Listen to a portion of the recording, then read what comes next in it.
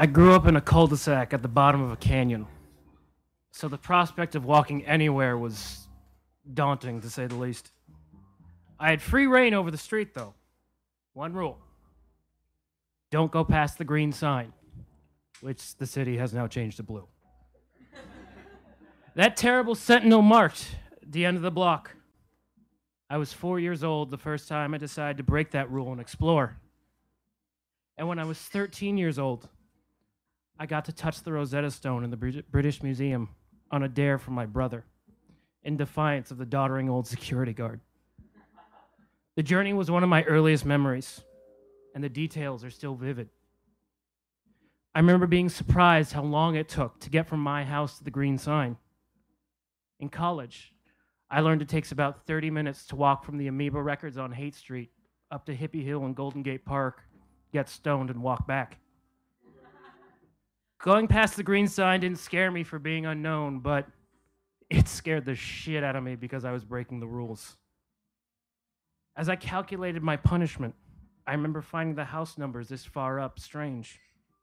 As strongly as I remember the price of a train ticket from Keiku Kurihama to Kanazawa Bunko, a pack of Lucky Strikes, and a pint of cheap whiskey, 1,090 yen, a number that seemed surprisingly large, now just another string of digits. At this point, some neighborhood kids had spotted me and chose to give me strange looks, which at the time I took for envy.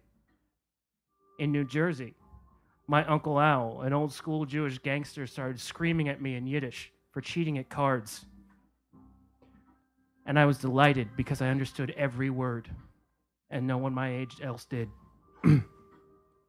I doubt my cousins would have envied me if they knew what was really going on. I then reached a fateful point in my journey. There was a fork in the street. Straight or right? It was nerve-wracking, so I decided to delay the hateful moment by watching a horde of ants devour a moth, amazed that just stepping out of the house meant my morbid fascination as a 4-year-old getting sated. I once got so drunk, I ended up being dressed as a demon and participating in a Shinto festival, much to the chagrin of my friend who had just invited me to see her drum. As I stood on the shoulders of the costume mob, it fascinated me, just the same.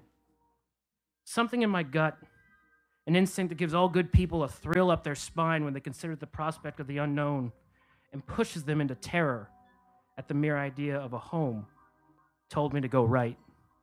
The street twisted up to the edge of another canyon. I ran into an abandoned lot that demanded my immediate, undivided attention. The rumor was the houses that were there had fallen down the canyon during a mudslide. You can't walk by that kind of shit without looking. A year later, in the ruins of Mesa Verde, a place where I didn't need the neighbor kids to tell me something terrible had happened, I had a massive panic attack because despite the fact that everyone told me the inhabitants were long dead, something still felt very much alive. As I continued my little adventure, I passed the Mulder's house, old family friends. The Mulder children, a few years older than me, saw my little impromptu walkabout and wisely stopped me. They asked me what I was doing up there. All I could say was, I lost my house. With a similar sense of confusion, 2 years ago I met the husband and kids of the woman I had fucked the day before. The man who had done terrible things, still speaking with the mouth of that same scared 4-year-old kid. I was trundled into the Mulder's house where their parents called mine.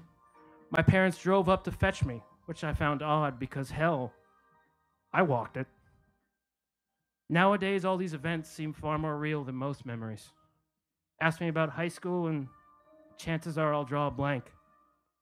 Ask me how to get to the motel I stayed at in Drumnadrodict to Loch Ness, and I can give you a step-by-step instruction. When my parents walked through the door of the Mulder's house, the question for me was simple. Why? Arrayed against their collective grown-up might, I was naturally terrified. The answer came from somewhere inside, a place I couldn't then and still don't fully grasp. It's been my answer for the ensuing 22 years, through 3 continents and dozens of countries. I draw myself up as much as a 4-year-old can, or a 26-year-old man can. Smile and say, because I could. Thank you.